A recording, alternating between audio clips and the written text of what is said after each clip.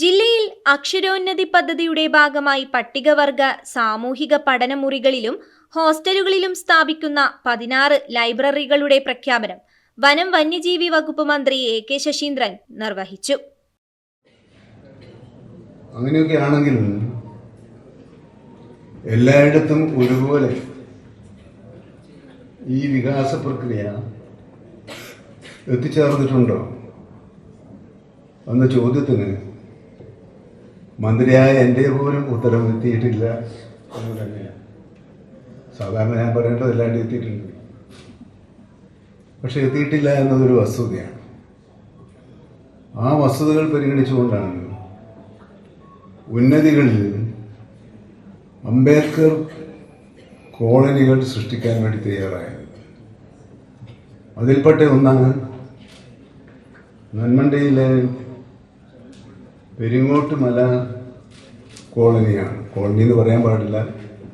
വായനയുടെ ലോകത്തിന് പുതിയ മാനങ്ങൾ കൈവന്നിട്ടുണ്ട്.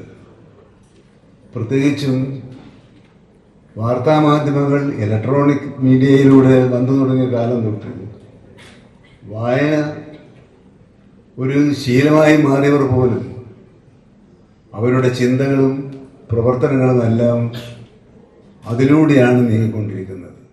വായനയിലൂടെ ഉന്നതിയിലേക്ക് എന്ന സന്ദേശത്തിൽ ജില്ലയിലെ പട്ടികജാതി പട്ടികവർഗ വിഭാഗങ്ങളിലെ കുട്ടികളിലും യുവജനങ്ങളിലും വായനാശീലം വളർത്തുകയും അറിവിലൂടെ വ്യക്തിത്വ വികസനവും സാമൂഹിക ഉന്നമനവും സാധ്യമാക്കുകയും ചെയ്യുക എന്ന ലക്ഷ്യത്തോടെ തദ്ദേശ സ്വയംഭരണ വകുപ്പും പട്ടികവർഗ വികസന വകുപ്പും സംയുക്തമായി രാഷ്ട്രീയ ഗ്രാം സ്വരാജ് അഭിയാന്റെ ഭാഗമായി ആവിഷ്കരിച്ച പദ്ധതിയാണ് അക്ഷരോന്നതി.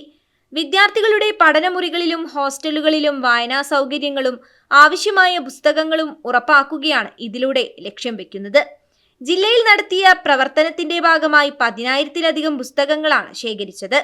അക്ഷരോന്നതി പദ്ധതിയുടെ ഭാഗമായി 100ഓളം പുസ്തകങ്ങൾ സംഭാവന ചെയ്ത KT മുംതാസ്, പ്രവാസി സംഘടനയായ യൂണിക് ഫ്രണ്ട്സ് ഓഫ് കേരള, തദ്ദേശ സ്വയംഭരണ വകുപ്പ് സീനിയർ സൂപ്രണ്ട് രാധിക, തദ്ദേശ സ്വയംഭരണ വകുപ്പ് മുൻ സീനിയർ ക്ലർക്ക് പത്മകുമാർ, NSS ഭാരവാഹികൾ എന്നിവർക്ക് ഉപഹാരം നൽകി. പുസ്തകങ്ങൾ ശേഖരിക്കാൻ സഹായിച്ച NSS യൂണിറ്റുകളെയും സ്കൂളുകളെയും കോളേജുകളെയും സർട്ടിഫിക്കറ്റ് നൽകി ആദരിച്ചു. ജില്ലാ പഞ്ചായത്ത് ഹാളിൽ നടന്ന ചടങ്ങിൽ വൈസ് പ്രസിഡന്റ് KK നവാസ് അധ്യക്ഷനായി.